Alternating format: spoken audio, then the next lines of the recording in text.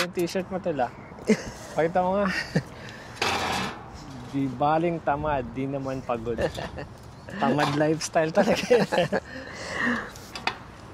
Yun dapat gawin natin, tamad lifestyle. Pero kunyari lang yan kasi ilang oras lang tulog ko sa isang araw. Oo, bakit? Totoo yun. Matindi. Kamusta yan naman yung business niya? Okay naman. Nagbakasyon ako, pati si Jessie nagbakasyon. Buti, kaya ni Hailey.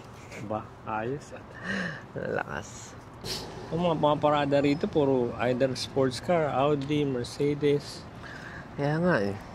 Yaman Ano nangyari din sa motor mo, Min? Okay na? Okay ng ano? Di ba pinalitan mo ba ng ano yun? Sa starter ba yun? Yung starter, wala. Sinubukan ko bumili ng bago, wala na. Wala makita obsolete na, Obsolete na. Tapos nag-check ako sa sa eBay. Meron, pero mga used. Tapos, year ba yun? Matagal pa, 1985. Iya. 1985. So instead na binili ko yung sa eBay, ni-rebuild ko na lang. Paano ngayon yung wala ka makita Ganun na, hindi. Ganun ulit. Yung eBay, bibiling ko ulit. Bibili ulit ako sa eBay. Kasi ni-rebuild ko kasi kailangan ko gamitin. Summer na nun, di ba? Nung nasira. Dapat pala orderin ko na ngayon eh. Orderin mo para na meron akong spare. Mahirap na makahanap, sabi mo, di ba? Yeah, kasi may mga yung mga parts pa siya, pero mga yung mga salvage, mga na. Ano ba talaga dati yun, Min? Bobber ba yun? Ano ba talaga yung original nun? Standard lang siya. Hindi, pero siya? Anong klase? Sports bike? Ano ba? Ang dami mo na kasi ginawa mong bobber, ginawa mong cafe racer. Yung original niya, Min. Touring yata yun eh. Touring na. Touring, pero nung binili ko yun, wala. Hindi ko alam ano itsura talaga nun. Hindi mo sa picture lang, no? Ayos no? Kasi nung binili ko yun, manibela, gulong, tapos frame. Yung makina niya, nakahiwalay. Yan? Nasa box, ang mga bin. Galing yun. Tapos walang mga ilaw. Yan. So, carburetor pa rin yun, di ba? Pero ang galing kasi yung mekaniko, na binilang ko nun, ni-rebuild na niya yung carburetor, malinis na. Pati yung yung buong makina, okay na. Sasalpak na lang. Ayos. Yeah. Di pa ako ng carburetor. Yung may choke. Yeah. Hindi ba? Pero yung talaga hindi pa ako nakaka-ride ng luma. Paano ba yun yung choke na yun? Kasi pag kunyari malamig yung makina, kailangan isasara mo yung kasi yung carburetor, di ba, doon bumapasok yung hangin tsaka yung gasolina. So parang ang gagawin mo, sasara mo yung pinapasukan ng hangin para mas marami yung gas. Para mas madali siyang mag-start. Ewan ko, parang yun yung yun yung pagkakaintindi ko. Tapos pag medyo uminit na, pwede mo nang i-open ulit. Choke, kaya nga choke. Sinasakal mo yung Yung iba gusto yung ganun, carburetor pa rin daw eh. Kaysa sa mga bagong ngayon eh. Maganda yun, madali i-repair. Kaysa din sa mga bagong makina. Kunyari, malalayo pinupunta mo, pumunta sa mga bundok, sa mga madaling i-repair. Side road, pwede mo i-repair. Pero masakit sa ulo pag hindi maganda pang kunyari, pang daily mo. Hindi siya papainitan mo pa pag umaga. Tapos pag madumi yung carburetor, sakit pa sa ulo. May pinapanood ako sa YouTube yung babae siya. Taga Netherlands. Kung saan siya pumupunta sa maya. Ewan ko naman, pumunta siya mostly sa Africa siya nagra-ride. Lahat ng mga ng Africa pinupuntahan niya. Solo? Solo, man. Grabe, no? One time, pinuntahan niya, talagang makita mo rafterin Tapos pag niya doon, di siya lang mag-isa, rough terrain. Sumimplang siya, na-dislocate yung yung shoulder niya. Ako, pinapanood ko yun, ako nakakabahan. Parang ikaw yung nasasaktan, no? Tapos hindi niya ma-lift yung malaki ba yung bike?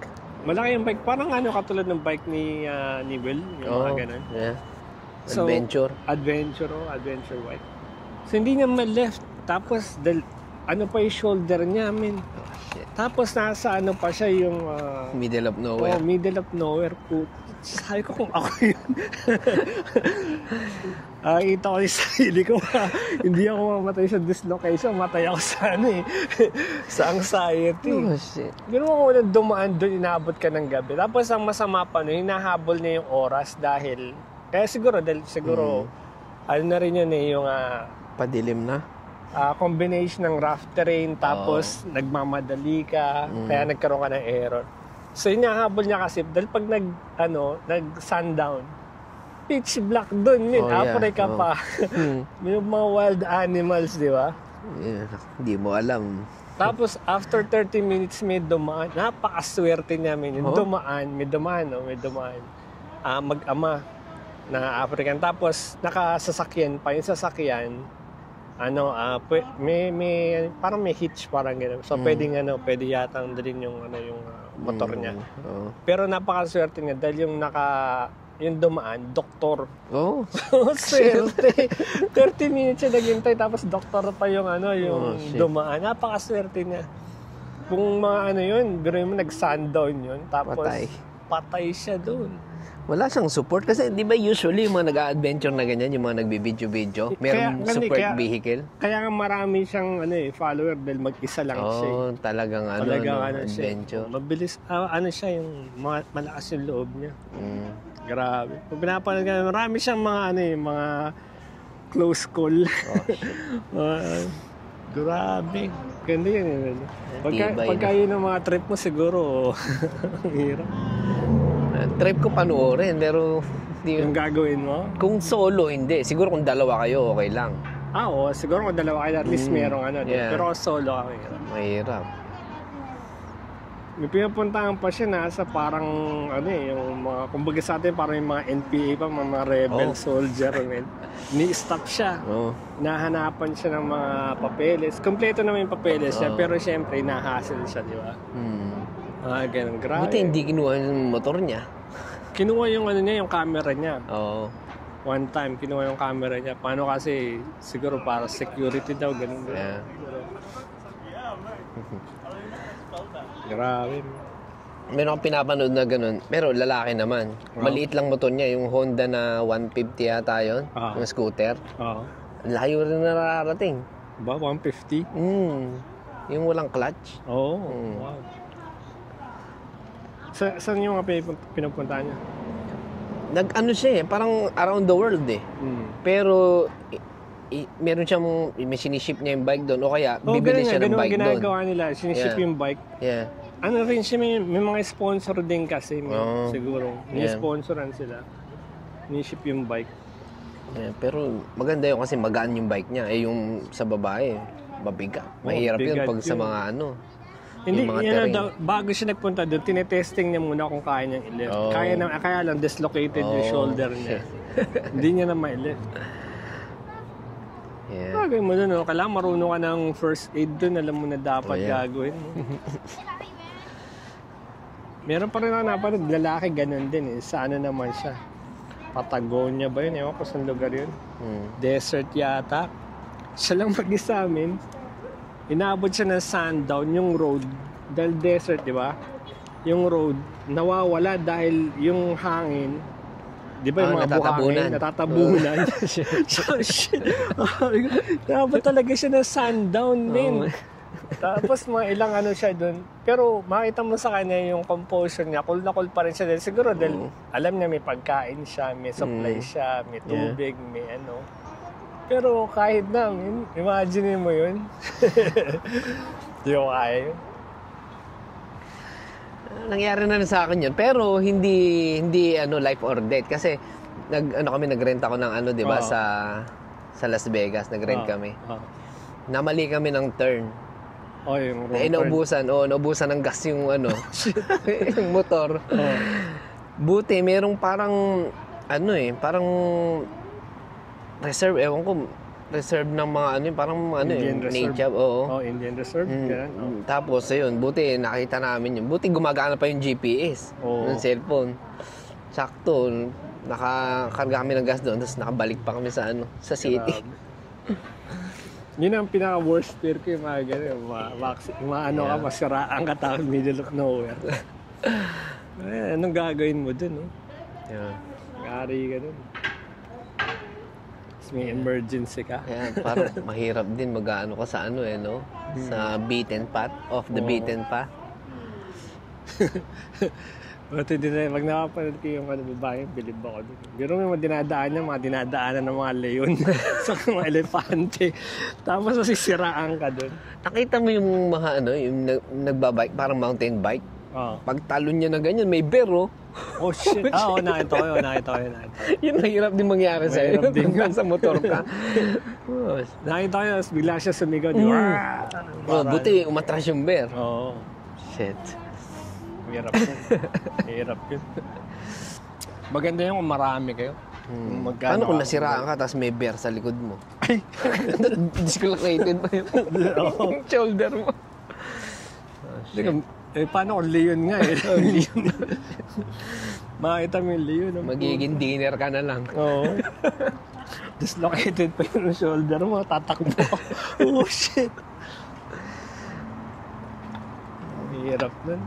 Basta yung ano ka pala, di ba? Punta ka na ba yun? Dominican? Oh, yeah. Oh. Nag-land kami kahapon. Hindi pala. Yung last night. Oh. Ilang hours yung ano? Malapit lang. 4 hours lang eh. Oh, lapit lang. Maganda pala doon. First time ako. First time ako doon. Di pa ako nakapunta doon. Parang Mexico, pero mas mura. Oh? Yeah. Sa Mexico, mahal na rin kasi. Mahal na? Yeah. Pagka, binook mo na kasama na all-inclusive? Or... Hindi ko alam, si Macy's nag-ano lahat. All-inclusive lahat. All-inclusive lahat? Yung flight, yung transport, mula airport hanggang doon sa... Kala ko DIY pa, separate lahat eh. Pwede, mas mura yata yung gano'n, kaya lang, hassle. Hassle yun, yeah. Tapos nakita ako, nanood ako ng mga mga to do and not to do sa mga Pero lumabas kayo ng resort hindi? Yeah, 2 araw lumabas kami. Pero may guide? Pinick up kami mismo dun sa sa hotel. Mahirap daw kasi pag lumabas ng resort tapos walang guide. Oo. Yeah. Yun yata yung delikado eh. Kailangan may guide ka parati. Tsaka alam mo yung pupuntahan mo. Oo. Sana punta ka ng Mexico. Doon, ganun din. Narko. Pag sa mga yung mga tourist spots, okay. Pero pag siguro nag-beard off ka, patay. Mga Hokage, busy ah. Busy nga sila eh. Lagi namang ganun Pag magpaplano ka, ito September 20, matatawa ka. September 20, di ba? Ang dami na, all in. Yeah. Tapos, sabihin niyan, hindi ako pwede. Lang tayo, mag-ibang... Pag lumalapit na. Tapos, pabawas siya, makita mo. Expected na yun. Ganun naman talaga. Okay tingnan din lang natin pagka matutuloy yun. Pag natuloy yun, maganda yun. Masaya. Yeah. Yung huling natin, malaki rin yung di ba? Madami ding nag-show up. Oo. Alin yung... Yung ni Jan. Yung hindi... Wala na yung dapat. nabitin. Oo. Akala ko, konti lang pupunta eh. Mag-ano rin kaya tayo? Yung sinabi ni Teresa. Yung yung Quebec ba yun? O Montreal? Oo.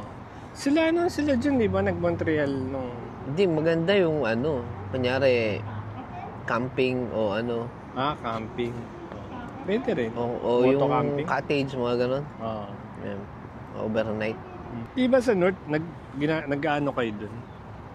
Yeah. Nakakapag-rent ka ng cottage. Airbnb. Yun, pwede siguro yun. Yeah. Kahit Airbnb lang. Yeah, mas maganda nga Airbnb kasi mas maluwag. Tapos minsan, mas mura pa yung Airbnb. Next year, maganda sana yung Kung marami sana, Yung, buti nga sila King natuloy, saka sila Wendell. Yeah. Nakarating na Montreal. Okay din yung mga ganun trip no? Oo. Layo nga lang talaga. Nagpunta kami dun, ilang oras din yun. Biro mo, umalis kami ng 7 o'clock, dumating kami, mga 2. Dami na stopover kasi. Nakakapagod na. Pero mas nakakapagod yun sa motor. Wow. Pag nasa motor ka. Hindi naman, masaya siguro. Pero masakit sa katawan. Pero masaya, malilibang ka naman siguro. Yeah. Oo, yun. Kasi pag sasakyan, antok-antokin ka Oo. So marami ka naman ma-stopan eh. Pwede mag-stop ng mag-stop. Yeah. Nakakaano lang doon pag nag-drive ka sa Quebec. Di ba? Yung language nila. Oh, yeah. Yung mga street May sign. language law na ngayon. Tinanggal na yata yung English. Oh? Oo. Di wala na nakikita. Puro Grabe, no? Yung pure French na. Aret. Oo. Yung sa ang dami ng speed cams, man. Oo. Wow. Kahit dito, dumadami na, no? Oo. Sa Montreal, pumunta ba kayo? Montreal sa Quebec City. Okay. Maganda dun, man. Punta ka na dun, di ba? Oo. Yeah. Maganda dun, man. Mas napansin ko na mas malinis doon kaysa dito. Oh, yeah. Makita mo yung mga kalsada, wala kang makikitang like single na basura. Lalo sa downtown Toronto, ang dumi. Oo eh. Wala na yun. Kukumpara mo yung parang ano na yun. Yeah. Ibang klase yung downtown. Sa Niagara din eh, parang gano'n. Sa Niagara, ganun. Yeah. Mapansin mo yung pag nag-washroom ka doon, meron silang needle disposal yeah. para sa mga needle. Kaya alam mo ano to? Sabi ko nga, pagka mag-washroom ka, gagamit ka ng toilet paper. May nakakita kasi ako yung sa downtown Toronto, meron rin yun eh. Yung toilet paper sa washroom, yung mga nagsasaksak. Minsan yung needle, tutusok nila dun sa toilet paper. Sa kanila. Doon nililinis? Oo, dun nililinis. Oh? Shit. Ano pag may AIDS yun, nahawa ka na? Oo, delikado, men. Kaya pagka titignan mo talaga, so, mayroon gumamit ng public washroom dun. CNE, nagpunta ba kayong CNE? This year? Pero grabe din yung presyuhan sa CNE ngayon. Mahal? Highway robbery. Pizza, $60. Shit. Cheese pizza. Cheese yun Hindi my God. Hindi yung pepperoni. Pepperoni, may laman pa, di ba? Cheese pizza, $60. Isang gano'n. Kaya ayaw pumunta dun eh. Napakamahal lahat eh. Oo. Kahit mga drinks lang eh. Kahit sa Niagara din eh. Highway robbery. Nung pumunta kami ni John dun eh. Yung kinainan namin, yung pizza, isang slice, $10.99. Ang burger, burger lang yun hindi pa combo yun $25, man. Saan dun sa strip?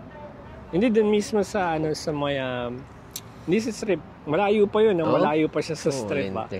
Alam yung Chinese temple yun doon, yung may food court. Grabe, $25. So, burger, $25. Lahat ng nila, customer nila, puro tourist eh. Oo. Take advantage. Buti yung Tim Hortons dun, hindi pa taas eh.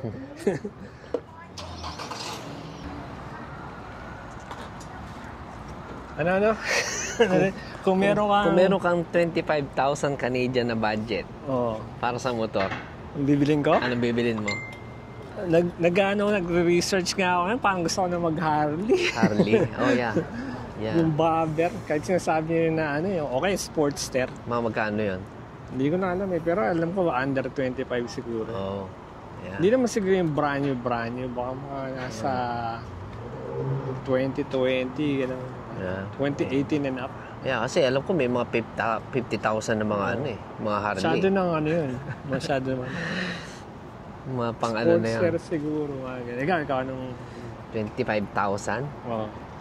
Siguro yung mga mga exotic. Mga tipong mga MB Agusta. Hindi ka kasya 25,000 mo nun. Hindi, mga used. Pwede, ano pa ba? Hindi, kahit yung mga maliliit lang, yung MD Agusta na 800cc. Wow. Alam ko meron yung mga Veloce. Ano pa tawag? Hindi ko alam. Pero realistic na yung mga maganda siguro mga R1M. Ano? R1M. R1M? Yamaha. Matindi rin. At least reliable. Nasa ano ka pa rin, ha? Sporty, ha?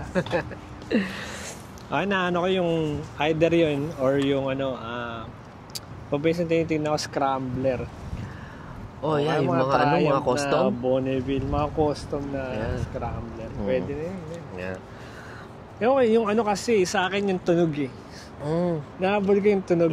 Yung V2 na tunog, mga mga dumadugundong sa dibdib. Dugdug.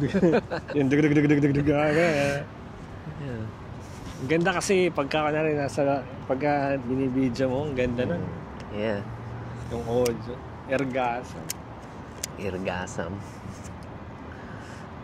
Ano pa? Maganda rin yan, men. Kung 50,000 Canadian. Ay, pucha. Doblehin natin yung budget natin. Pwede man 2 motor. Hindi, tolo. Mag-splurge ka na. Bibilin ko yung kay Choy. 50,000. May pakpak na, may wing na yung mga mabibili mo nun. Baka pwede nang pagsamahin yung kay Choy saka yung kay Wendell. Sabay ganun, no? Yeah, makakakuha ka nun. Parehong used. Used siguro. Mahal na rin yung motor ngayon, no? Grabe. Meron mga special edition din kasi. Yung may nakita ako dun sa yung binila namin ng KTM. Meron siyang Ducati Lamborghini version. Oo.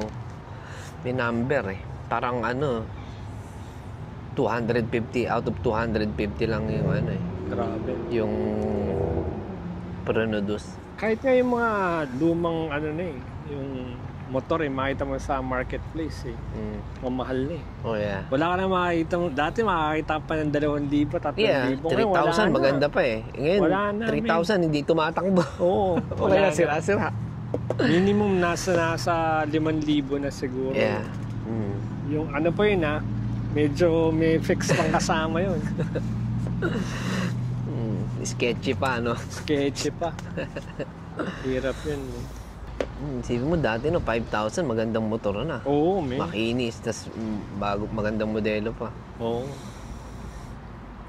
Ngayon, 5,000, beginner bike ang mabibili mo. Oo nga. Nanginayang ako yung una kong bike, binenta-benta ko pa eh. Magkano ko lang binenta yun, 3,000. Siguro ngayon nasa na yun. Tumataas pa nga value na instead na bumaba. Ba't kaya ganun? Inflation. Pero dati dati dapat nagdi-decrease yung presyo pag tumaas na yun. Decline. Yeah. Baligtad sa motor hindi tulad sa sasakyan. Sasakyan, pababa ng pababa presyo. Sa Pilipinas kaya ganun din kaya? Palagay ko hindi. Paano kasi ang dami kasi yung pyesa doon eh. Pag luma na siguro. Tsaka ang daming brand sa atin, no? Oo. Hindi ko nakilala yung mga brand na nakikita ko eh. Meron sila nakakapag sila sa China eh. Oo. Ano yung CF Moto? Oh, yeah. Sikat na rin. Kahit dito, sikat na rin yun eh. Chinese brand yun eh. Oo. Pero malaking company yun. Oo. Pero wala, nakita ka na dito? CF Moto? Marami ko nakikita for sale. Hindi, pero wala ako nakikita sa daan. Oo. Pero sa atin, dami na no? Yeah, mga big bikes na sa kanila, yung mga 400 plus, di ba? Ang dami doon. May mga iba pang brand na ako nakikita, parang counterpart ng Harley. Oh yeah. Marami. Meron mga may mga cruiser. Oh. Tapos may mga adventure. Oh. Tapos may mga mga cafe racer. Mumura pa. Yeah, lahat ng meron yung CF Moto parang Neo cafe racer, parang siya. Modern na cafe racer. Galing nga eh. Nagra-ride ka sa atin, di ba? Yeah, nung high school ako. High school? Yeah. Ano nara-ride mo doon? Yung two-stroke na mga 150, 125. Ate. Yung mga pinampapasada. Ay, yung mga yung sa tricycle na... Tinanggal ko yung sidecar. TMX ba yun? Yun, Honda TMX, Suzuki X3, Suzuki X4. Tsaka mga pa ba? Ewan ko yung mga Kawasaki. Meron mga Kawasaki doon. Pero magandang gawing cafe racer no? Oh yeah. Marami nagkaganon. May mga napapanood ako dati. One day lang. Pag tapos agad. Kompleto kasi yung mga ano nila eh, mga pyesa. Pyesa, nandyan lang. Swap lang lahat. Yung ano mo, yung sa motor mo, man, yung seat, saan mo nabili yun? Binili ko lang din ng online. Online lang. Yeah. Tapos minodify lang din namin yung yung frame para magkasya yung yung seat. Sarap mag-ride sa atin eh. Lalo na may nakita ko mga lugar doon, sarap puntahan. Yeah. Mga Ilocos lalo, ang ganda rin sa Ilocos. Yeah. Pati, kasi yung high school kami, talagang mode of transport lang talaga. Oo, yung Kasi mo, high school ka, wala naman kayong mga transportation. So nakakahiram kami ng scooter. 4 kami sa isang scooter. Pwede na 4 na bata. Ayos.